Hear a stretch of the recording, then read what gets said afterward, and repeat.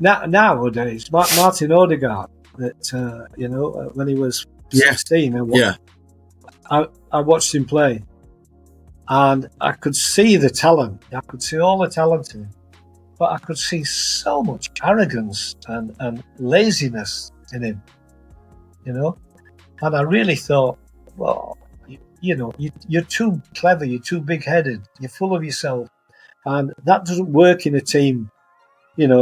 When you've got 15, 16 in the squad, it doesn't work very well, when you're so far ahead of everybody else. But talented, yes. And I more or less wrote him off then, thinking he'd be no good in the teams I work for, and I wouldn't want to recommend him. So he signs for Real Madrid. So I thought, oh well. I thought, yeah, well done, Dave. Yeah, that's a real beauty. And I was laughing about it. And then, but as you know, my son Gary works for Manchester City. Yeah. And you can't win them all. But Gary said to me, he knew that he was going to Real Madrid. That's why he probably acted that way. And Gary always thought he was a class act, and he could have gone to Man City, perhaps. But he went to. In fact, I think they did try and sign him, but he went to Real Madrid instead.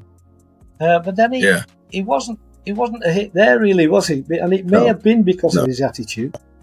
It could have been because of his attitude. It could have been, But when I saw him again and playing for Arsenal, to me, someone has knocked that out of him. And I would have never thought he'd have been a leader or a captain. But I'll tell you what, I think he is one of the finest players in the Premier League now. And maybe he needed that. When the kid's at school and you're going to play for Real Madrid, wow. It's got to affect your head somewhere. So I was glad I knocked him back in that way. But now I see him, and I really appreciate him now. I think he's a great leader. I think he's a proper leader now. So, there's one now. Your mind can change. You can change your mind on something like Martin Odegaard, like that. Yeah.